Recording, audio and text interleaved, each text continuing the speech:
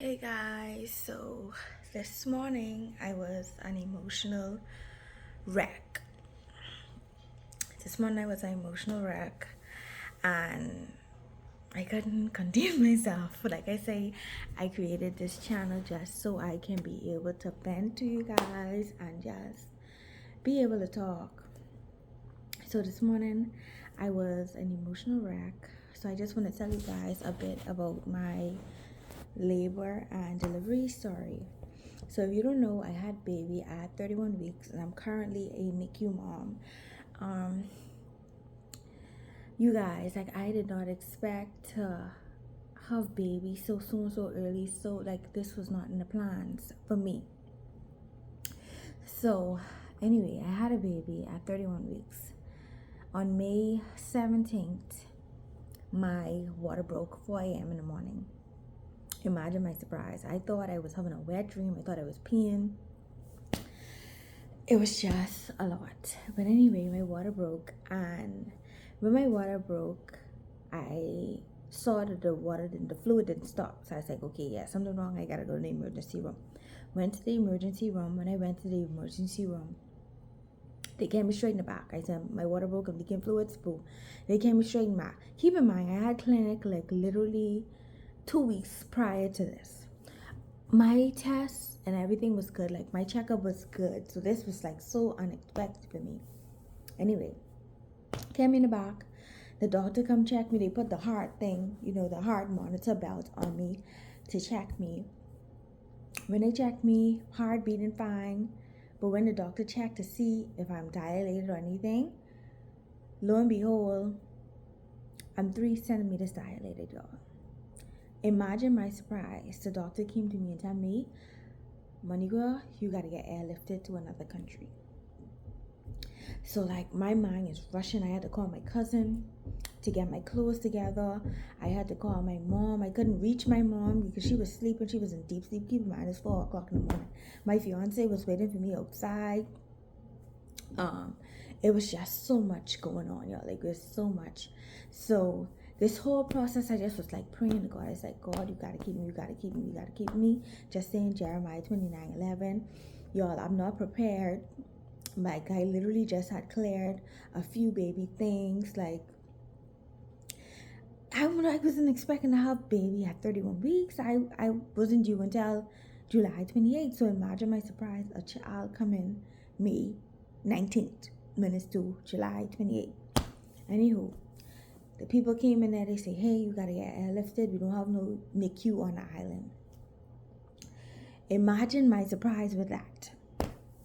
So I'm like, oh my God, like what's gonna happen? Like this is the first time thing, like nobody in my family has ever experienced nothing like this.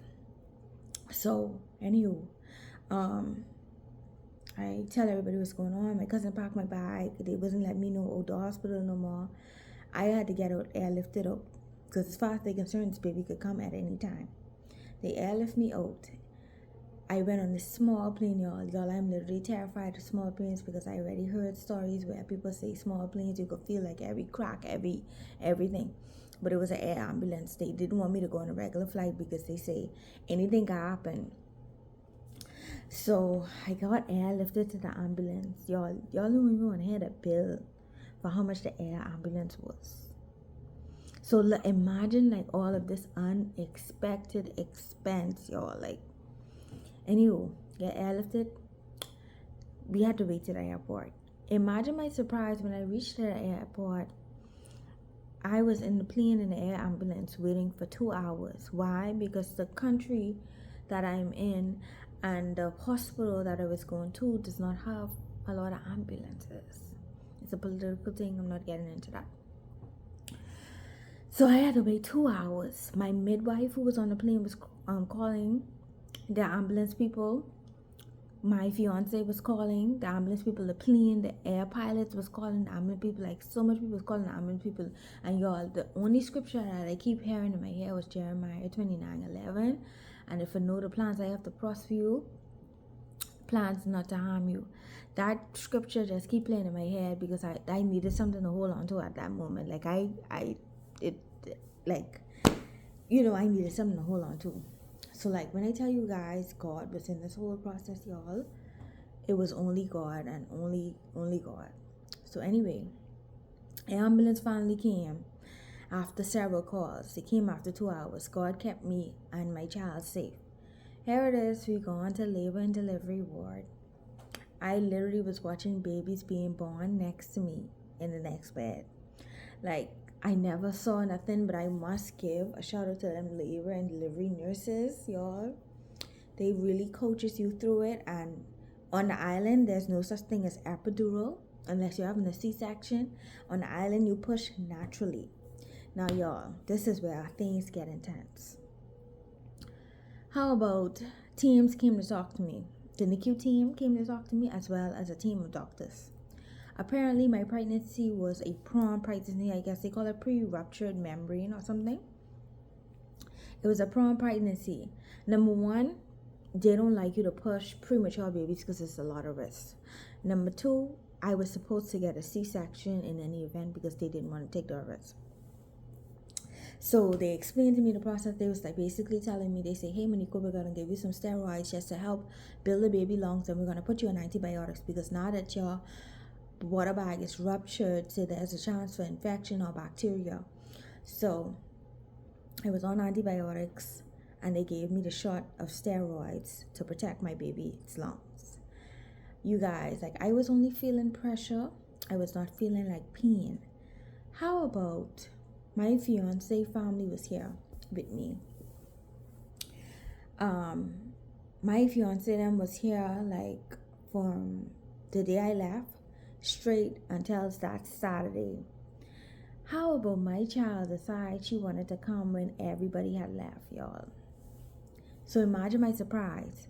So where I was in the hospital for so long, I started feeling some pains. They wanted to keep me, I forgot this part. They was trying to slow down my contractions so that I could have baby within the 34 weeks frame. My baby didn't want to wait 34 weeks. She came in at one time.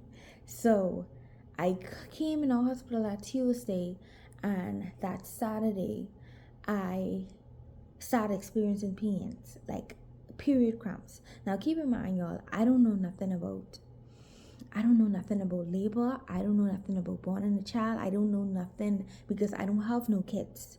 So I'm telling my nurse, because they had me on antenatal ward, I'm telling them, hey, I'm feeling some pains. They're like, just because your membrane is ruptured, you're going to be feeling these pains. The doctor came and checked me. I was still 3 cm dilated. I wasn't dilated any further when she checked me, when I told her I was experiencing these pains. How about later on at night, these pains started getting more intense. So I was on the phone with my dad, and I tell my dad, I said, Daddy, this is so much pain. Like, I don't know how to deal with it. I can't deal with it. It's a lot. Like, it was like I was humming the whole morning. So God sent an angel to me. I'm calling her an angel because she was an angel. Like, I was humming all morning. They wasn't giving me no pain medication. When you're pregnant, they don't like to give you nothing. Like, you can't take no meds. So I'm humming all that morning or whatever. And it's like mid-morning, like 12 o'clock a.m. So I'm starting to time the contractions. Like every time I feel the cramp, I was timing it because I Google that if you're timing, you see they're getting close together, meaning, but it was so far apart, like I wasn't thinking nothing of it. So, and by the way, the contractions was like every 12, then it was 10, then it was 5, and it was repeating, sometimes 20, 12, 10, 5, like that. So I wasn't thinking nothing of it. But anyway, I had this beautiful angel nurse. I call her angel because, y'all, she's a literal angel. She say, I know you said a Panadol ain't working, because they try to give me some Panadol, y'all. Panadol don't work. So she said, I know you said the Panadol's not working, but this will help you sleep for at least 2 hours. And so sad, so done, y'all. She feels so bad for me. She gave me some more Panadol. I told her it wasn't working, but she gave me it anyway.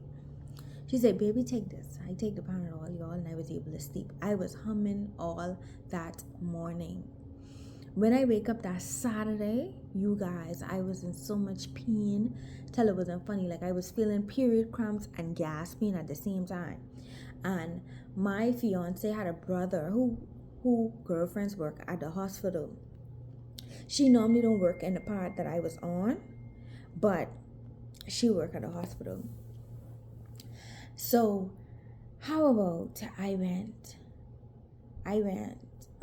she came there and she was looking after me, and I was like, man, I need some pain meds.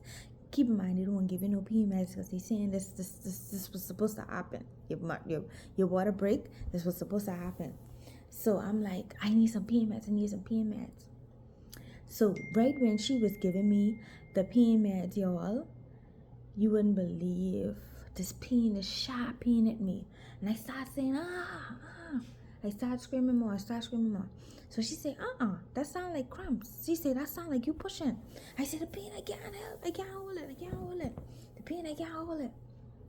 So she ran and called my doctor. Now, keep in mind, I'm a premature girl. I wasn't supposed to deliver until 34 weeks. I was 31 weeks.